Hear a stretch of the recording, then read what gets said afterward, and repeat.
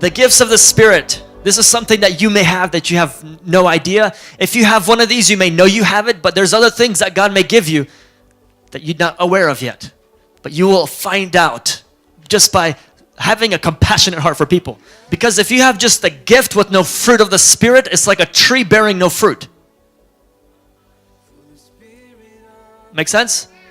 Yeah, you're a heal people, a healer, but you have no love. You hate people. It's a fruit. It's a gift with no fruit. Jesus cursed it.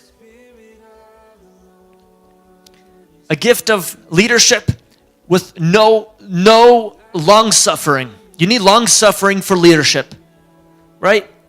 Because if I say, hey, group, let's come with me, there's always that one person that says, you know what, I think we should do this.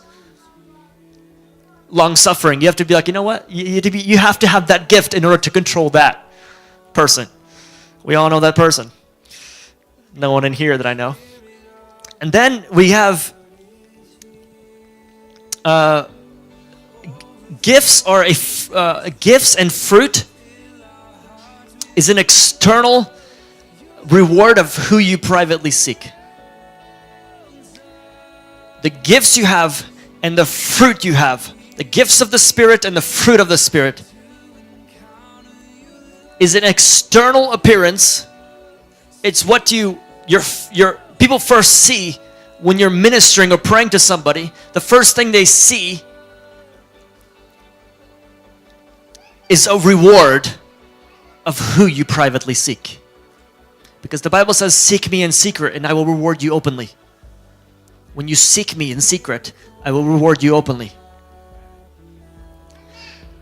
And then also the Bible says that his gifts are irrevocable. When God gives you a gift, it's irrevocable. A lot of us would think that's not right, that shouldn't be right. So one person told me that I should use my gift more often. If I don't, he will take it away. I said, that's not true.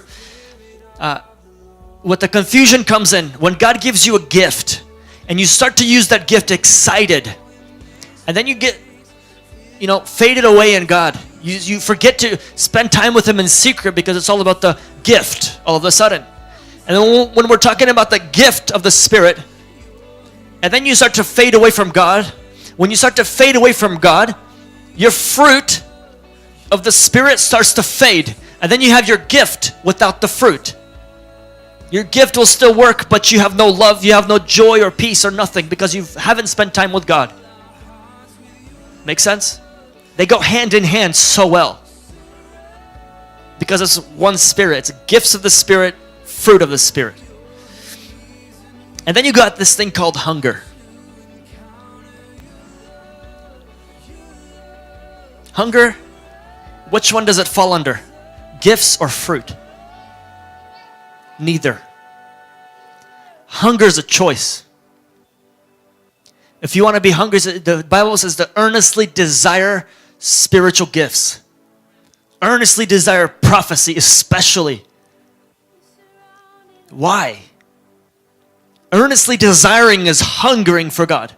We must hunger for God. Because hunger is a choice. It's not a fruit of the Spirit. And it's not a gift. If you're not hungry, you ain't getting no food. If you're not thirsty, you're not getting no water.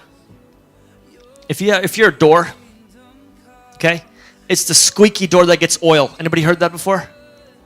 The squeaky door that gets oil. The most annoying door that doesn't be quiet will get the oil. And you guys know what I'm talking about? You try to sneak out of your house. Oh my goodness. You try to sneak out of your house. You open the door. You try to, like your parents are sleeping. And you can't get out. You got to go through the window. One more thing. The first thing a person should see in a Christian's life is the fruit of the Spirit, then the gift. As a Christian, they should see our fruit first. They should see not our fruit, they should see the fruit of the Spirit first. The love, the joy, the patience, peace. They should see that on you first. And then the gift. As a Christian's life. But once we receive that gift, when somebody else receives that gift that's being used, you guys hearing me? When someone receives a gift and they start to use the gift that's being used, fruit of the Spirit starts to follow. Let me show you my example. Fruit, happiness, joy, patience, long-suffering, perseverance, fruit of the Spirit. When someone gets a gift, you start to see all of those fruits, right? When you have a gift, everyone starts to see, the person receiving the gift, the fruit will follow. Abella. Look at that, I couldn't keep a straight face. And you get one too.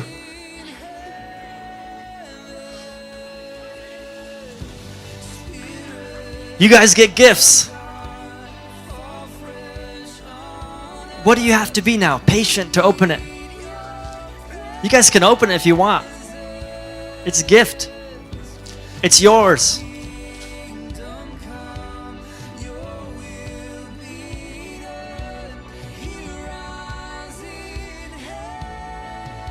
Isaiah's just being happy.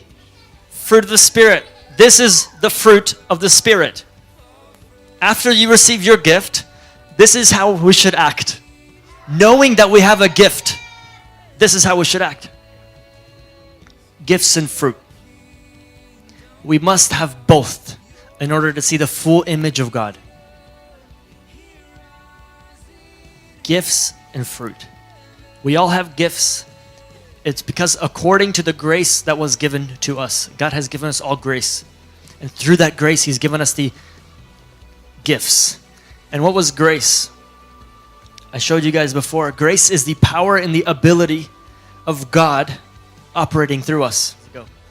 Grace is the power and the ability for God to operate through me, through you. That's what grace is. And God has given us grace, every single one person here. And He's given us grace, and because of that grace, He's given us gifts. And because of the gifts, He allows us to walk in the fruit of the Spirit. And we must walk in the fruit of the Spirit. If we don't walk in the fruit of the Spirit, we'll be like that tree. The fruitless tree that looks really good, like every other tree, but without the fruit. When you see a fig tree, we used to have a fig tree at our house in Woodstock, Georgia. We had a big fig tree. We had to get onto the roof to pick off the figs. Very nice. The figs were so good. And we literally climbed on the roof. Our kids, I don't know if parents know, I'm sure they do, but we climbed on the roof just to pick the top, figs off the tree. And if you put a fig tree next to another fig tree, you wouldn't really tell, because the leaves are so big, you wouldn't really tell the difference which one has fruit and which one doesn't. You actually have to go and look if it has the fruit. You have to get up close. And a lot of times we as people, he's just still in the fruit.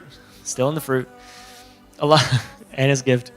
A lot of times we as people, we're in the midst of many, many trees, and we feel like because we're in the midst of many, many trees, we don't need to spend that time with God to receive that fruit from Him, because we're in the midst of many more, because somebody else would take care of it. Somebody else will do it. And or you guys remember the 10 bridesmaids? The 5 that were wise and the 5 that were not so wise.